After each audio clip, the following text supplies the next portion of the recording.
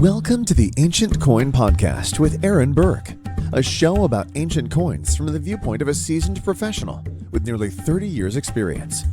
Here's Harlan Burke and Mike Nottleman on the Ancient Coin Podcast.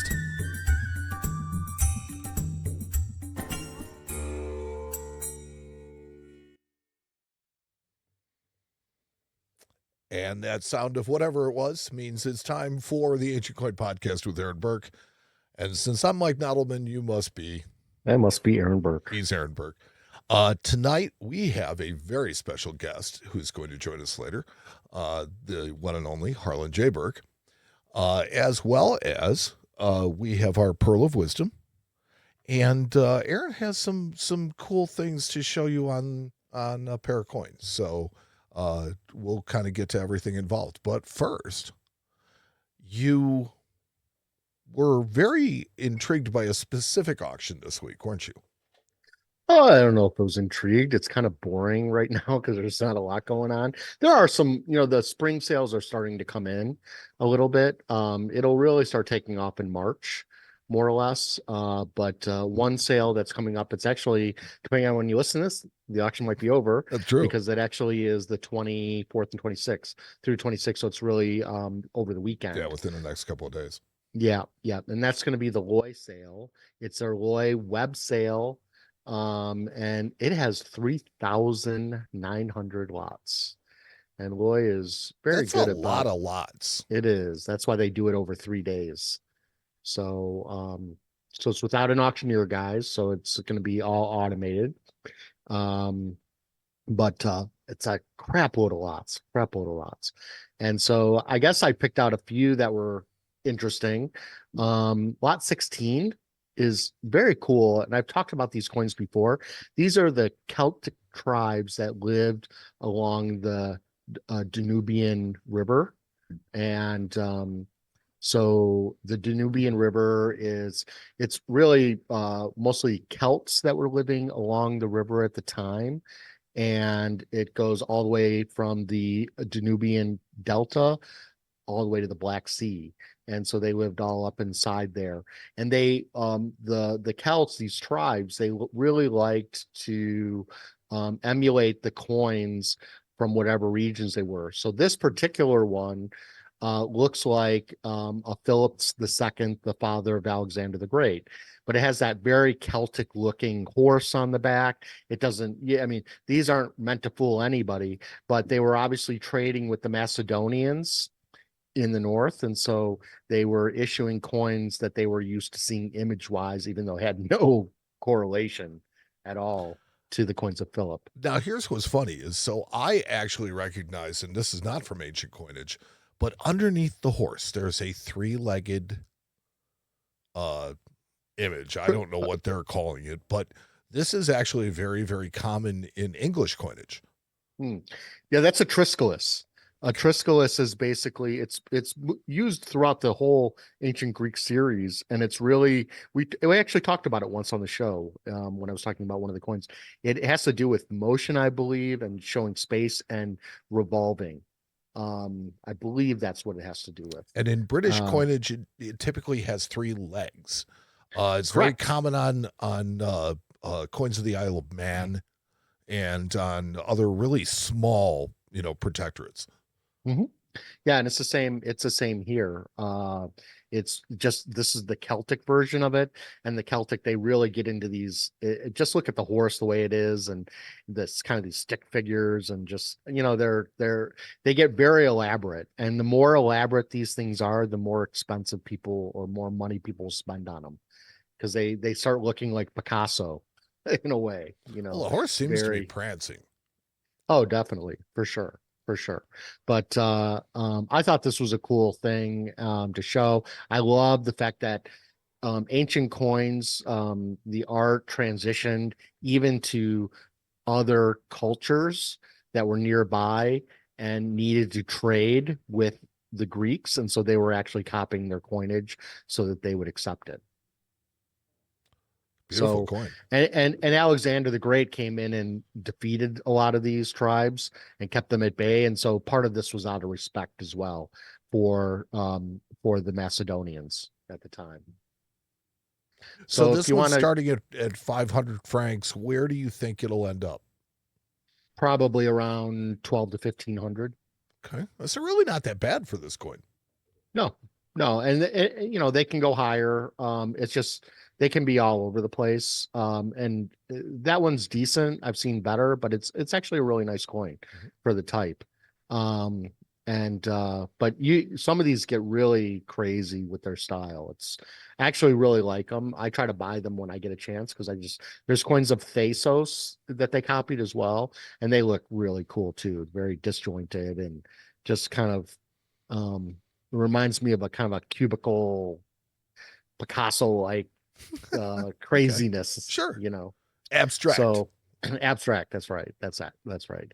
So Mike, if you go to the next coin, number 2540, that's going to be a Byzantine coin, as we kept as we will find out later when we talk to my father, who likes to mention the so-called Byzantines, because they were the Romans, and we've talked about it as well on this Many show. times, yes. So, but they have a big in this sale. They have a big group of Byzantine gold. For ancient gold, the cheapest ancient gold you'll ever get is the Byzantine gold. It's the most plentiful. It's where you'll see a lot of issues. They produced a lot of coins that survived. And so it's very difficult to get Greek and Roman gold. Not difficult, but it's more expensive. You can pick up a nice Byzantine gold coin for under $1,000, and in most cases under $500. Well, isn't the Byzantine gold the most recent? Well, yeah, it's Okay. the So, I mean, that latest. would also be, part of its. But they just produced a lot Mhm. and just in general. And it was really just, obviously there were treasury coins and they just produced there a lot of because the Byzantine Empire was in around Turkey at that time. A lot of these coins come out of Turkey, and so a lot of it survived. A lot of them were here. A little bit about Phocas. He reigned between 602 and 610 AD, and he was really he came to prominence as a spokesperson for dissatisfied soldiers at the time that eventually revolted against the Emperor Maurice. And after they overthrew Maurice in 602, Phocas declared himself emperor on the same day. And he's basically a usurper, which usurper means somebody who takes Power takes away over, from somebody. yeah, or just takes it by force. Mhm. I think the actual definition of the person who takes position of power of importance illegally or by force is what a usurper definition is. But he very much didn't trust people. He put a lot of his relatives in high military and administrative positions. And eventually, like most of these guys, Heraclius the Elder came in and or I should say his son Heraclius came in and defeated Phocas in 610 AD and executed him, like a lot of these guys end up. And That's how they go.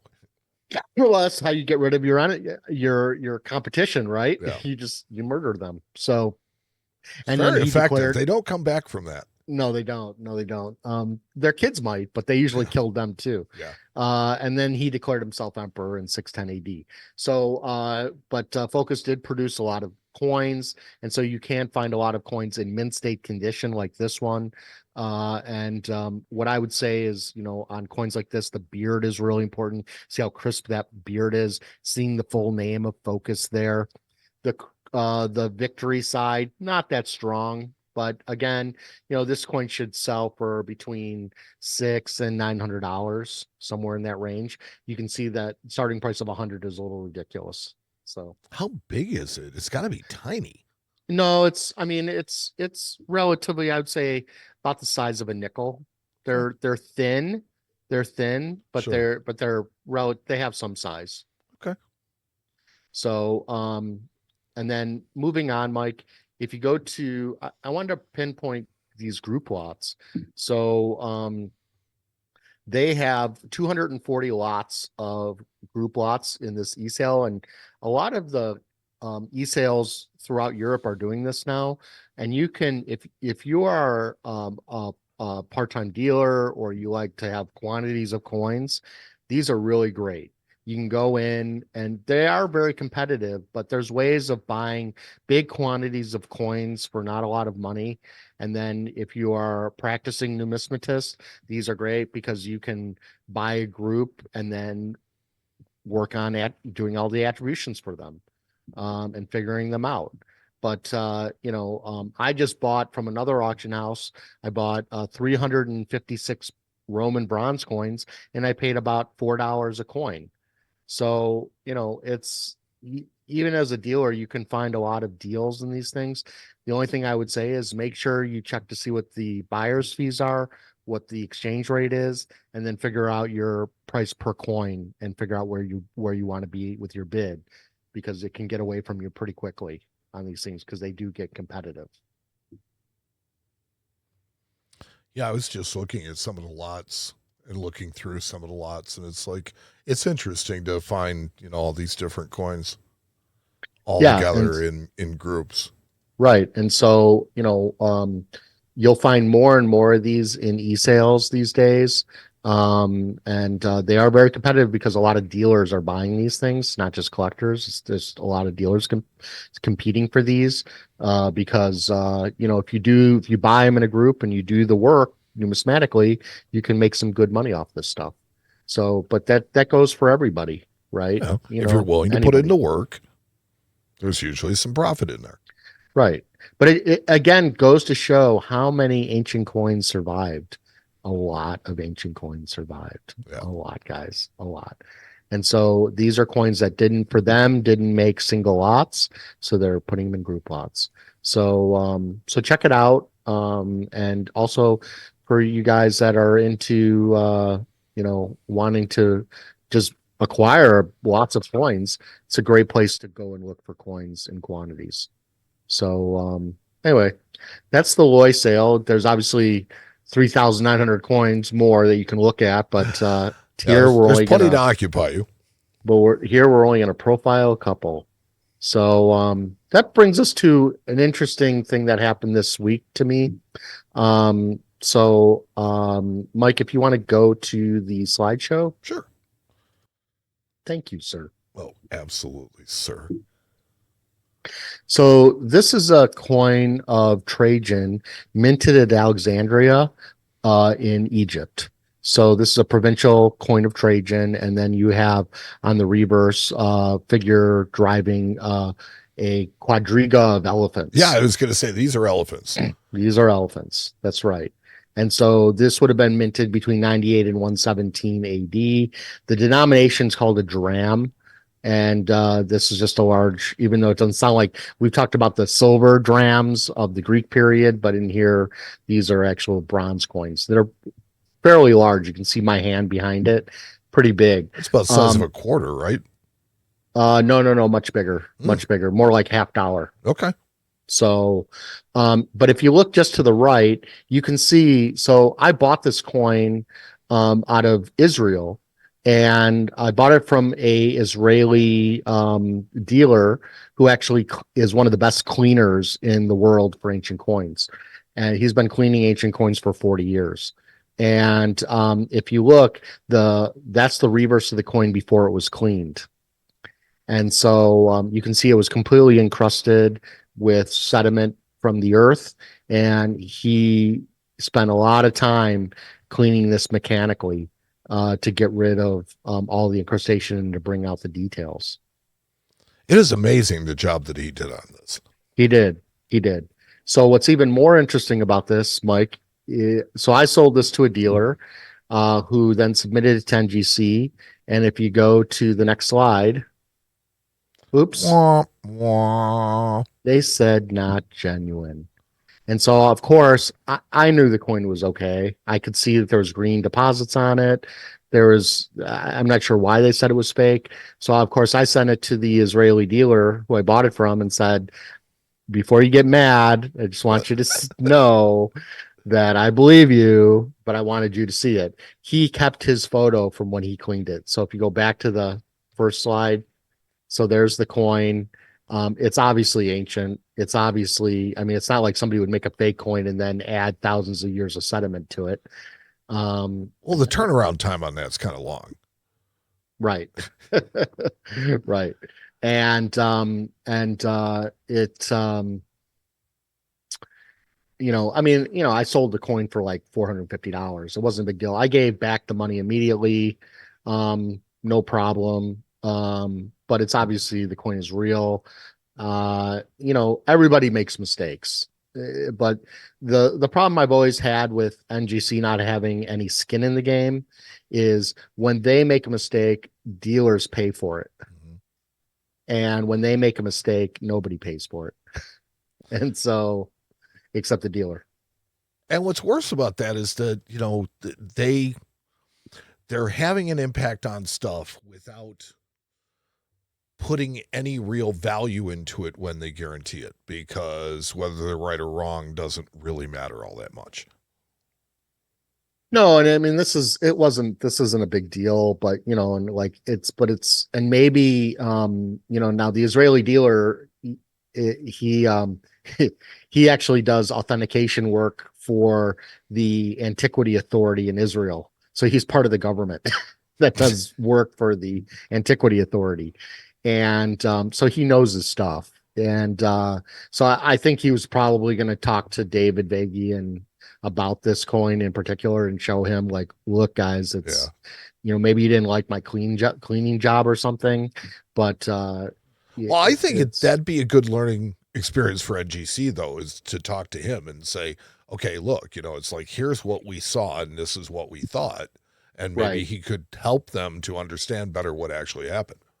Right. And, and they obviously had a reason for doing it. Maybe they thought the surfaces looked fake for some reason. Well, I don't think they had it in for anybody. I mean, they condemned it because they really thought it wasn't genuine. So no, but ultimately they must have really been certain, because they can come back and just say questionable authenticity, that it's questionable authenticity and they don't know.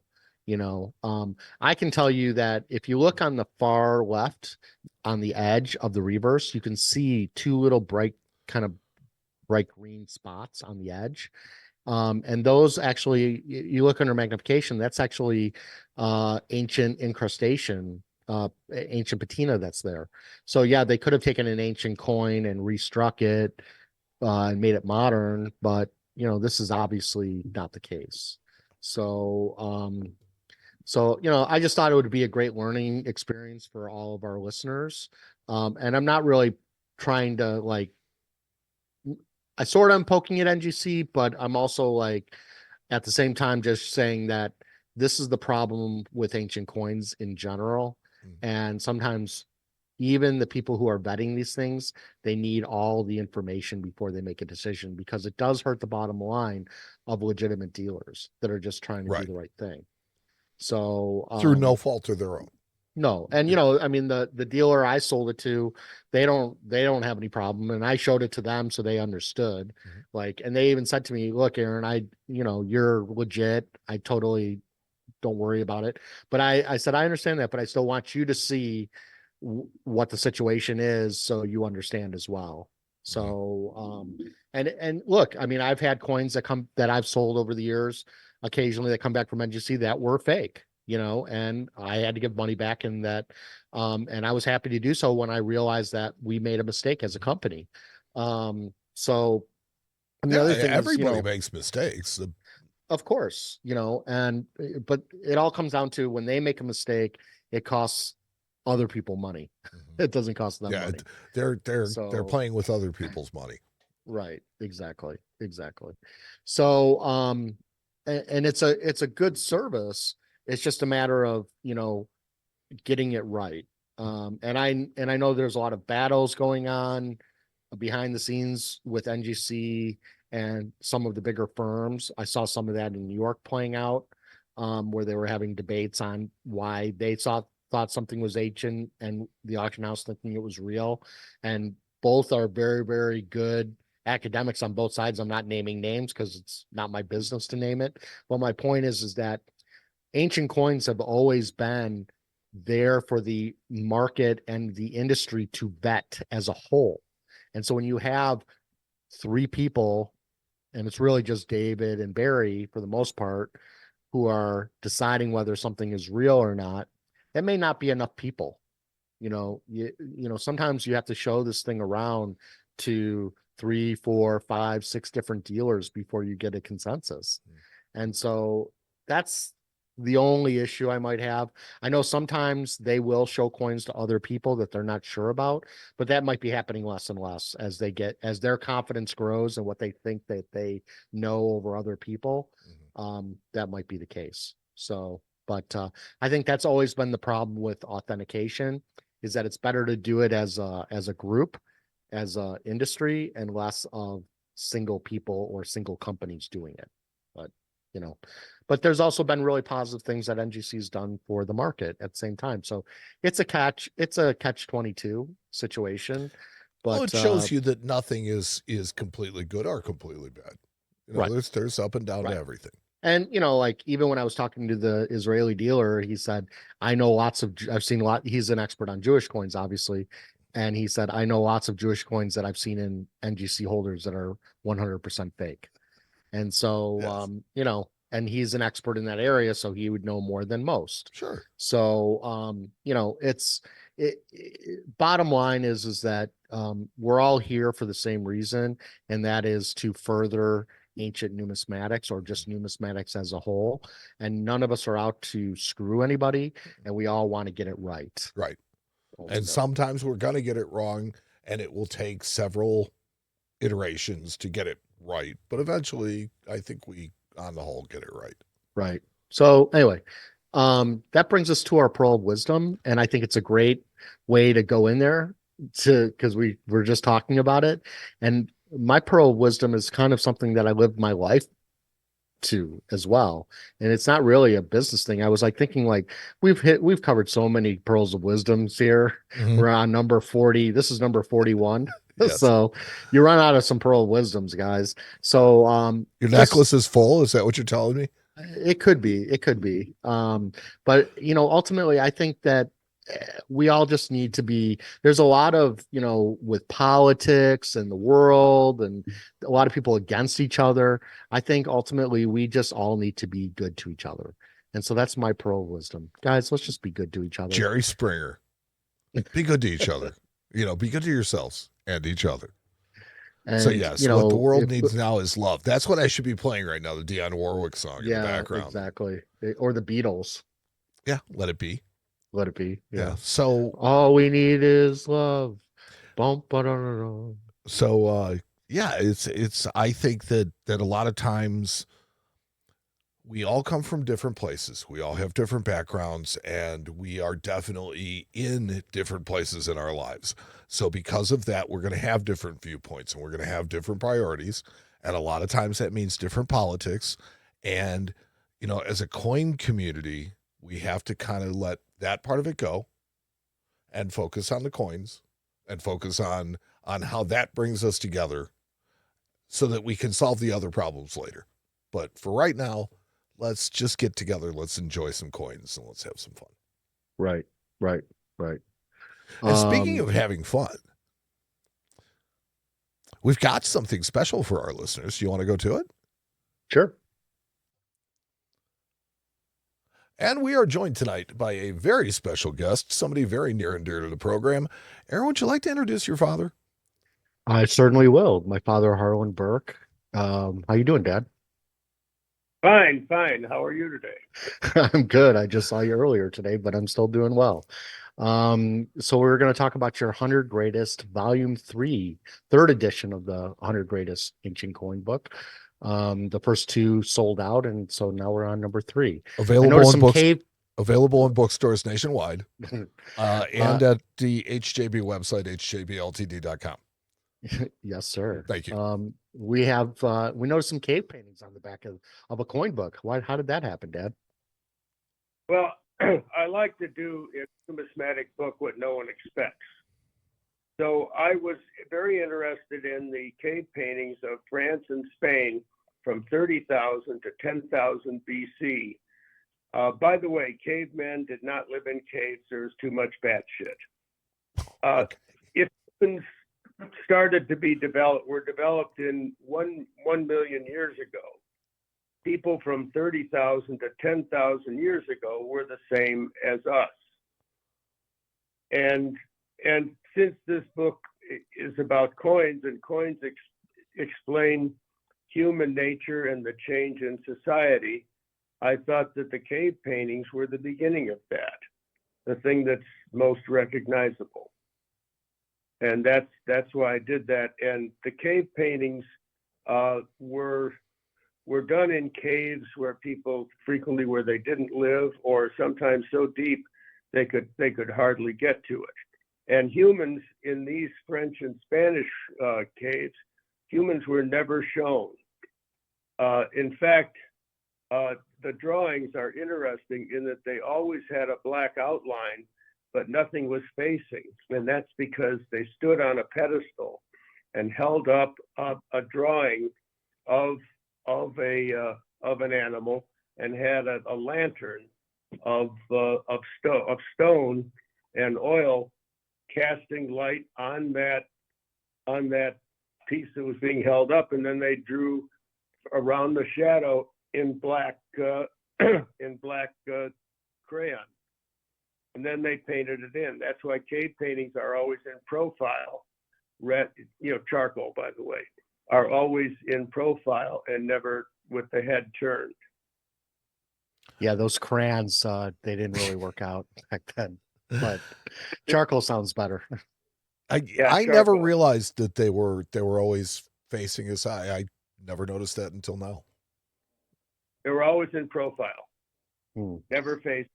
Yeah, and it really shows how, we're not much different than they were.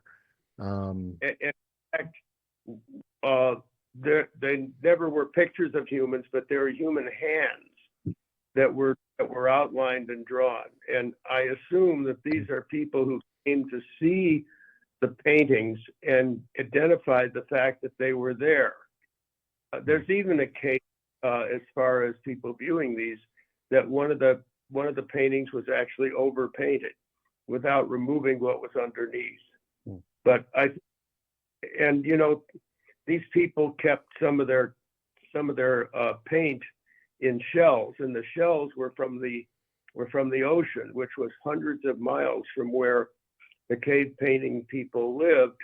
And so we know that 30,000, 10,000 years ago, humans were still had trade, and were still doing business with other people.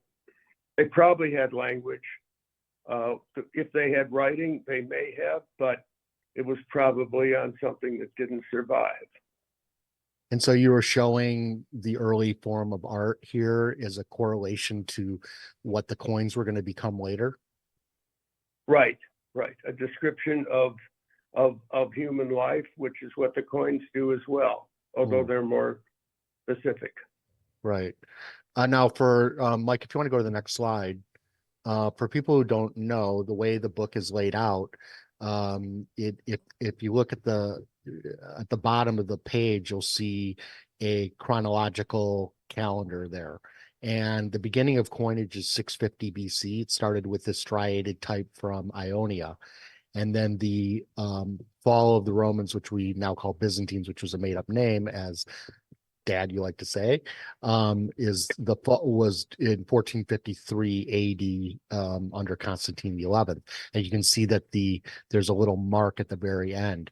But even though the very first page of the book is, you would think it might be number one, but in this case, it's the 81st coin, or 81st ranked coin of the 100 greatest. And the last coin is number 94. And so, Dad, you can tell them why that got situated the way it was. I believe it had to do with Alexander the Great and Philip II. Well, what they did was, if they're doing a book on paper money or on $10 gold pieces, they had people vote, and the highest votes were number one was the first part of the book. And they wanted to do that with ancient coins. I said, no, that's ridiculous. But okay, I let them do that. And then they called me and they had a question about Alexander the Great. I said, well, if you had it in order, you could have read the essay on fill up the second, and then you wouldn't have the question. I said, okay, we'll do what you want. We'll do it chronologically. Right. So all the coins are, ranked, all over the place, but it's put in order chronologically. That's why we see the growth of Western culture 1,000 years in the book. I say Western culture, not China. Yeah, and that does make this book different from all of the other 100 greatest book that Whitman has produced, in that this one is not done in order of the rank of the coins. So that does make it unique. And it's also the first book on ancient coins that has Greek, Roman, and so-called Byzantine in one book. Of the 17,000 books and catalogs in our library, everything is segregated. This is the first book where everything is in one book. There were books put out where you had 3 volumes, one for Greek, one for Roman, one for Byzantine, so-called, but never was it all in one book. Which is given us, people always ask for it, but I could never give them. And you wanted to also have coins that were available in the market as well. Right. So since we've been in business for 57 years, we've had a lot of photographs. So what we do is, in almost every case, we use coins that we've had. So we don't have to go out and ask permission to use a picture. One rare coin, I had to go 2 years to finally get use of the coin, and they said, all right, just copy it from another book. And so that's why we use our own coins or borrow them from friends, so we don't have to ask permission and wait 2 years for a single image. Yeah, and so what's different between what's new in the 3rd edition, introduction wise, besides the cave paintings, and also how many photos did you make changes to? Oh God, probably maybe 25 different photos. We changed the capta of Vespasian to a much better coin of Titus. For Cleopatra, and we added a commoner coin of Cleopatra from Alexandria that's much commoner than the one we use. We put an additional one in wonderful condition to show a coin that's more commonly used. We also found a better Athenian tetradrachm of the common type that was better than one I used for 20 years.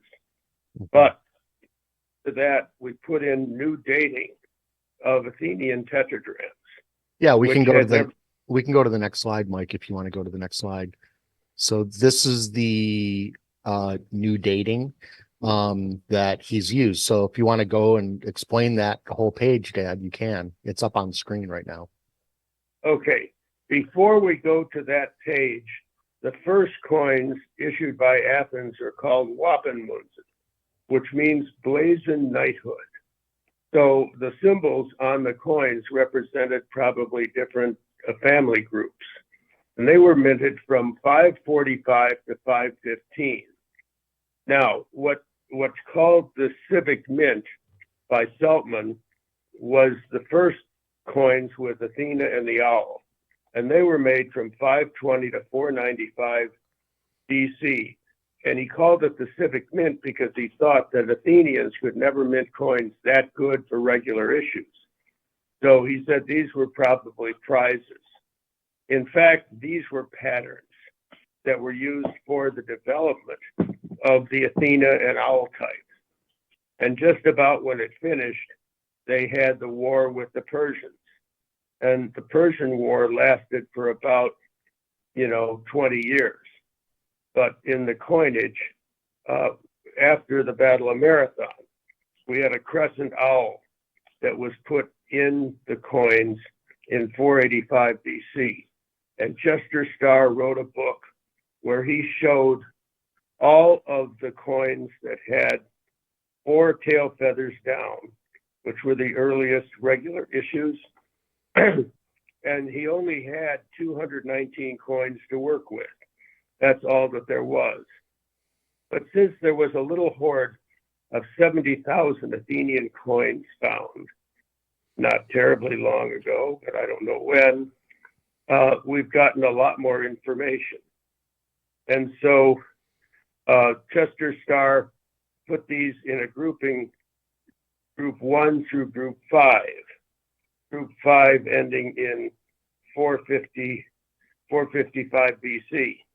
But I found a coin that had the obverse of group 5 and the reverse of group 2, which meant that group 2 and 5, from 2 and 5, which should have been 30 years, may have only been something like 6 or 8 years. That's number 11 on that's number 11 on the page, if you want to tell us which numbers, but I believe that was number 11 on your Athens page.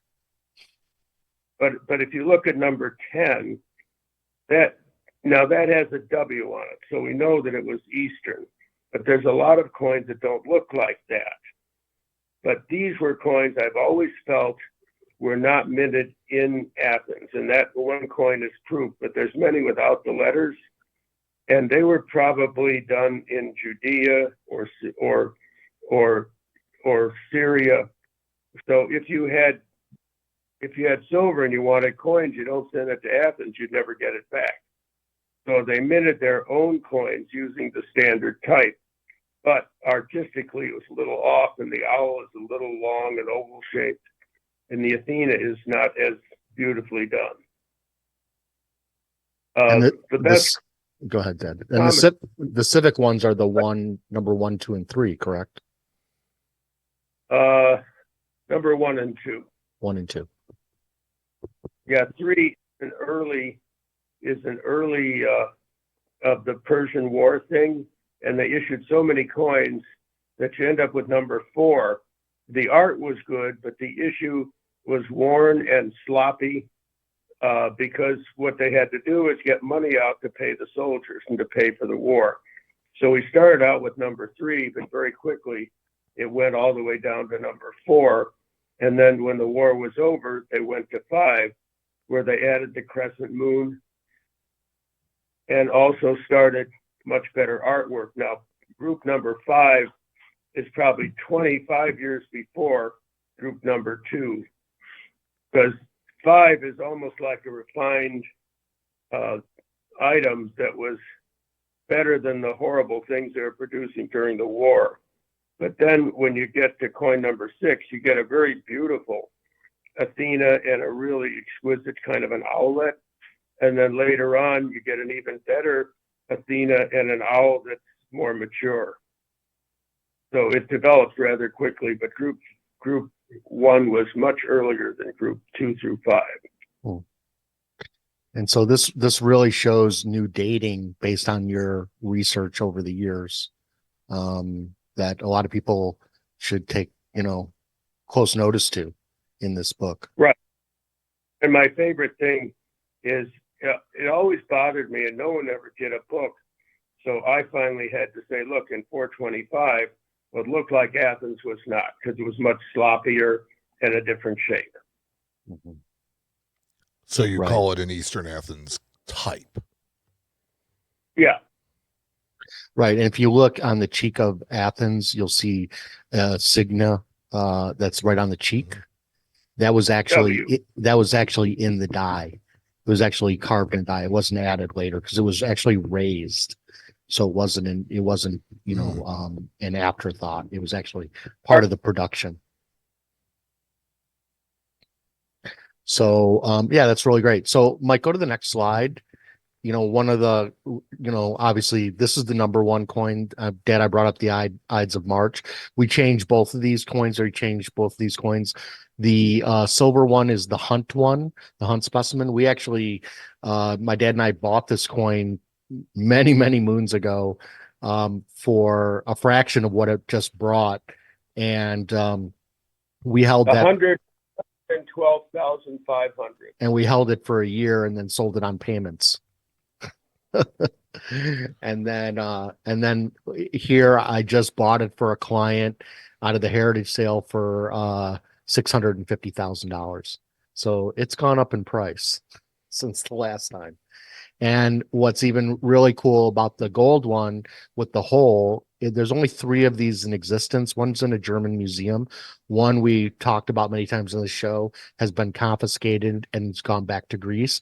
And there's this one, which was on display at the British Museum for 10 years. And my father and I both have a connection to this coin because he bought it for Barry Fierstein, his client, out of an NAC sale back in like 2004, I believe, for 120,000.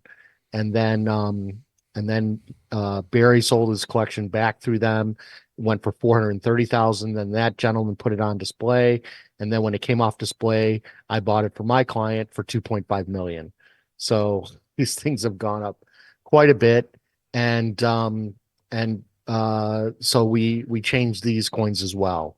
Because the one we had before, the Ides of March denarius, was actually the one that was that my father actually bought for the Boston Museum of Art. And so that one actually is not in the market. So it makes more sense to change that one out as well for that reason. So finally, another thing that you did, Dad, that was really cool is, most people, they should know if they don't know, but your first love was Byzantine coins, and you wrote 2 books on Byzantine coins many, many moons ago. And so here you did something with the Constantine IV Follies. Can you explain the page we're looking at here and what you did with these? Well, Constantine IV's father, Constans II, issued very, very small follies. That was the full denomination for a copper coin.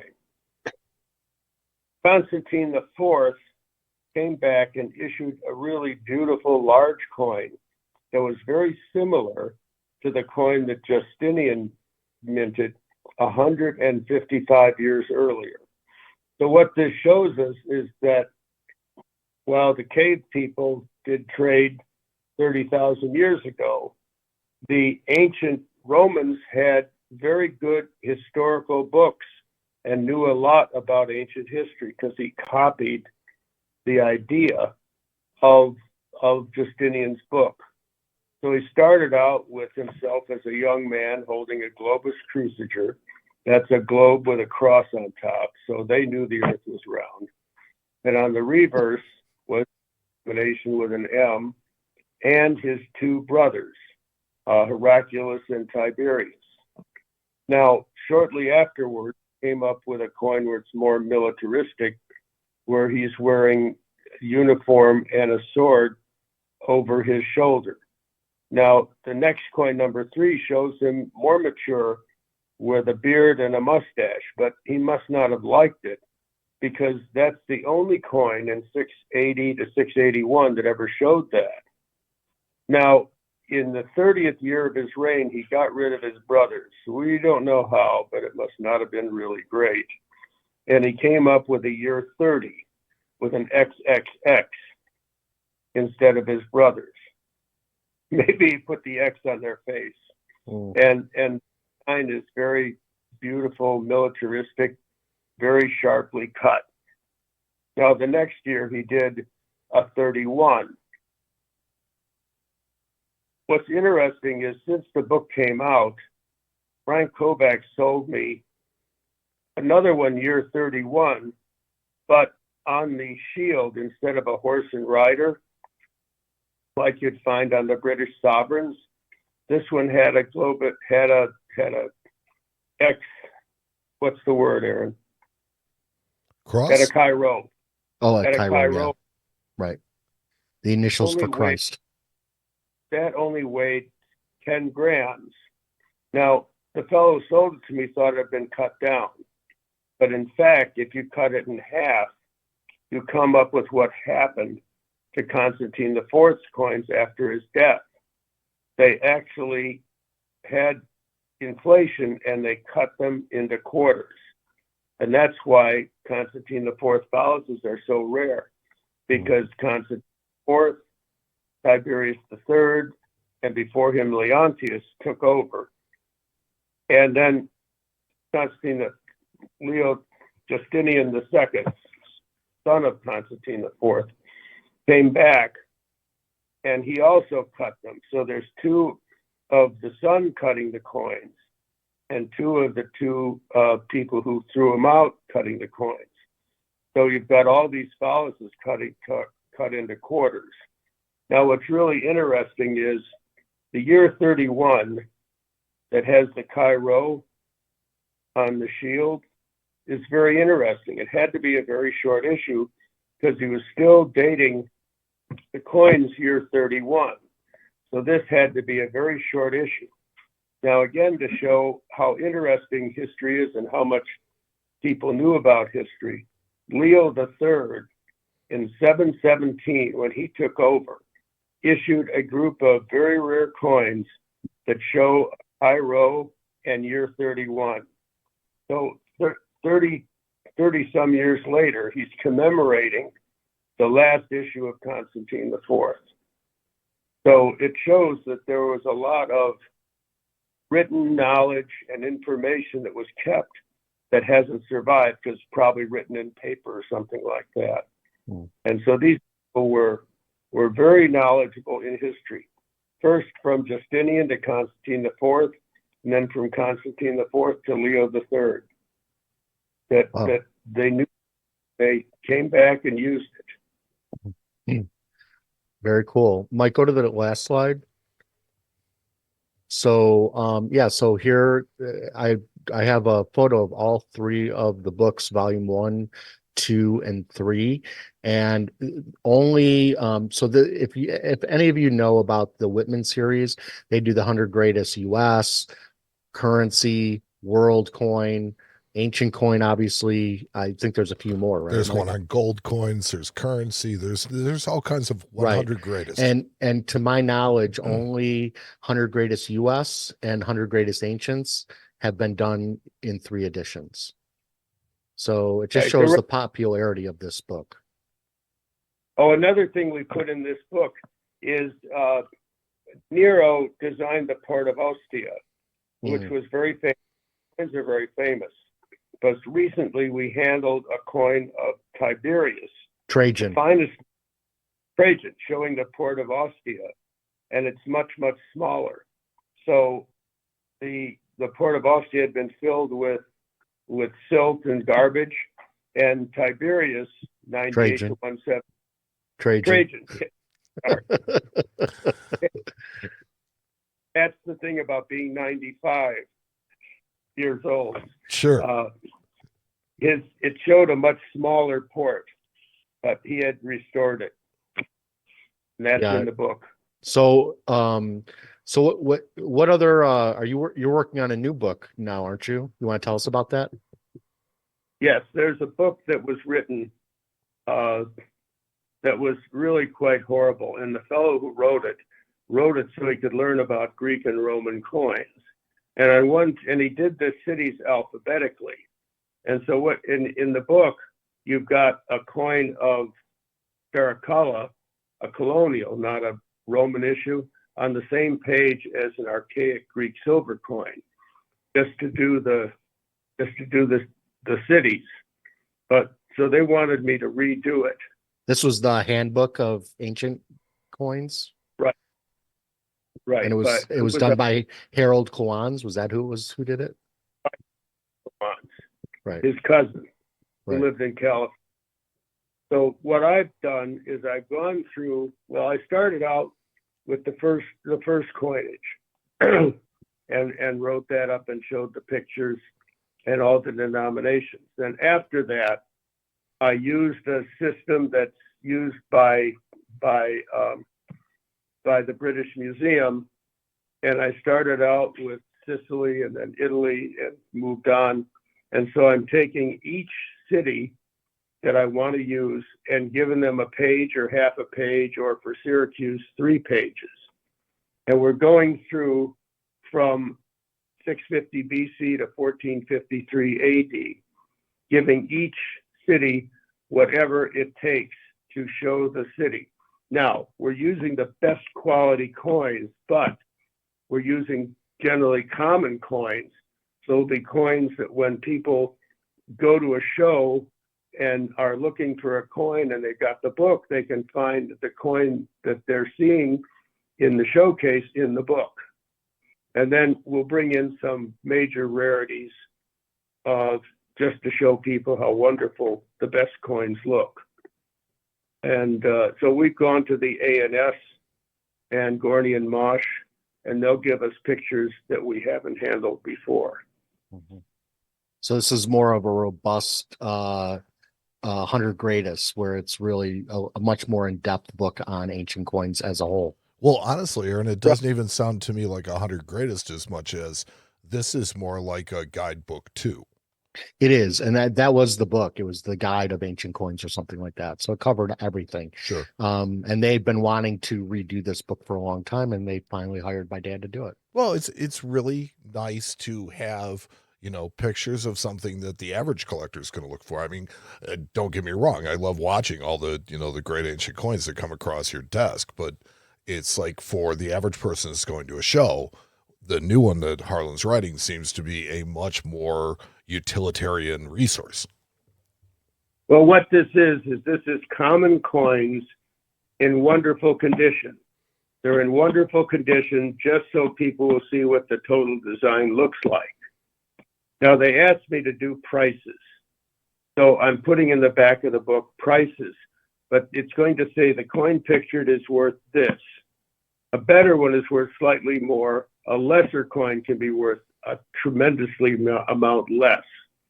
And when the book finally comes out on the date that goes to the printer, we're going to do what I've done before. We're going to say what the stock market is, what the interest rates are, what gold, silver, platinum, and all these things are. Because there's books that were written by the British in 1950, and it said that this is equal to a pound. Well, people didn't know the pound was $7.20. So the pricing has to be related to what the value of currency and everything else was. Sure. So you're offering the reader context as to what these prices actually mean. Right. And so far, the first 2/3 of the Greeks are using almost 270 coins.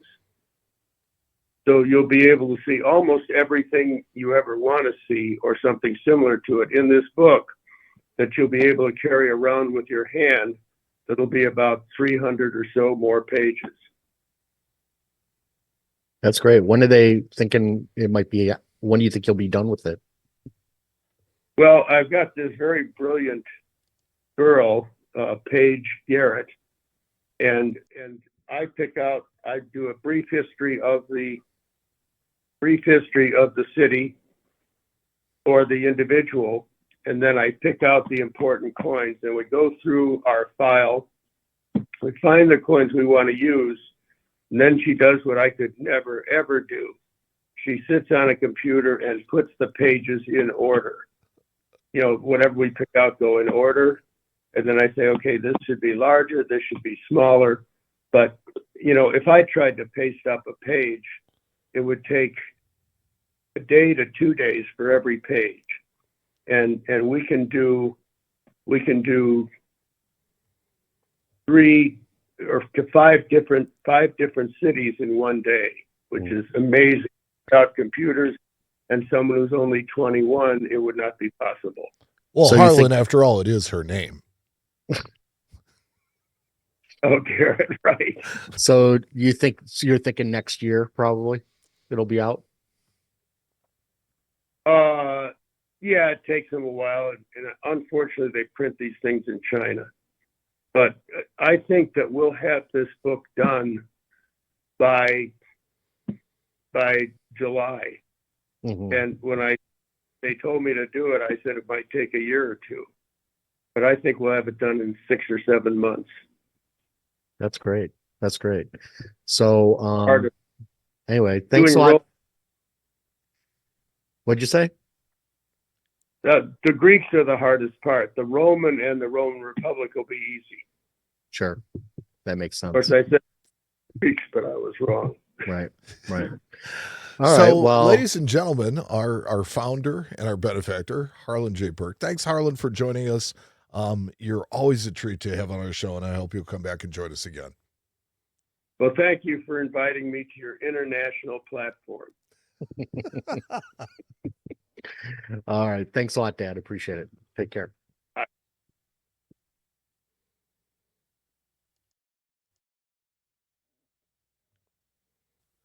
I really, really enjoyed having your dad on. It's amazing how well he communicates his point. And, one of the things, and he's going to end up hearing this later, it's like, one of the things is I hear a lot of interviews and they seem either that the person's uncomfortable or they're not in their element. I can tell you there is nobody that was more out of their element than the last, half an hour with Harlan. He is definitely not in his, and yet he still delivered and gave us something that was really cool and really nice.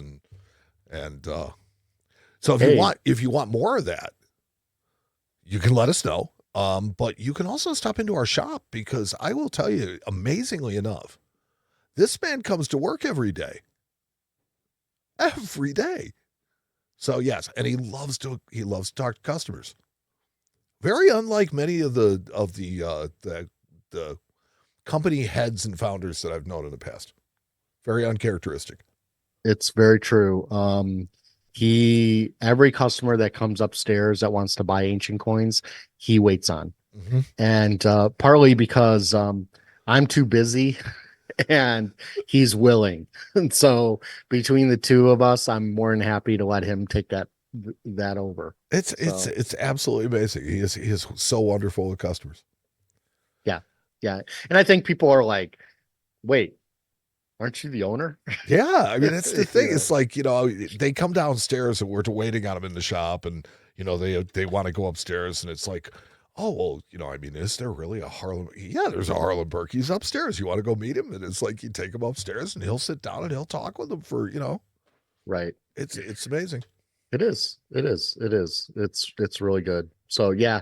So, again, if you guys, we have the 100 Greatest book on our website. If you want to check it out there, you can email us if you want it. I think it might be on Amazon. I know a lot of people said it wasn't. If you live in Europe, it's going to be better if you buy it off of Amazon because it's going to be much cheaper shipping than we could ever offer. If you buy it from a European or UK source, you will have much less as far as transit and things like that. Something else that people probably aren't thinking of, your dad has switched up the book a little bit each time. Mm-hmm. And so there are a fairly limited number of second editions that are still out there. And we have first, second, and third editions. So if somebody would like a set of all three for a very limited time, they are still available. There isn't many of the second. I think we only have like 5 copies left of the second. Whatever it takes. If somebody wants a set of 3. So we have quite a few of the first editions left, honestly. Yes. But we like to give them out like business cards. They're fun. They're good promotional devices. Yes, but his new book is going to be really cool. He's really excited about it. He's been working really hard on it. And I can just see how excited he is about it because he comes and he puts his head in my office and constantly tells me how exciting things are. And then what was really cool is the other day he said to me, I learned something about, I don't remember what it was. Oh, I think it was something about Sicily and about the fact that something about the history of Sicily that he didn't know. And he said, I'm learning so much by doing this book. And I said to him, well, the same thing happens to me when I do my podcast because I have to prepare for the podcast. And sometimes I'll look up a coin and I'm like, sometimes I forget certain things or certain history and I go back and read about it and then I learn. So I'm kind of learning, even though I kind of know what I'm looking for. I'm kind of learning too, guys. I'm not the only one that's being taught ancient coins here. It's like, look, the learning doesn't just happen on that side of the camera. It happens on this side of the camera too. So absolutely. It's cool and it's fun.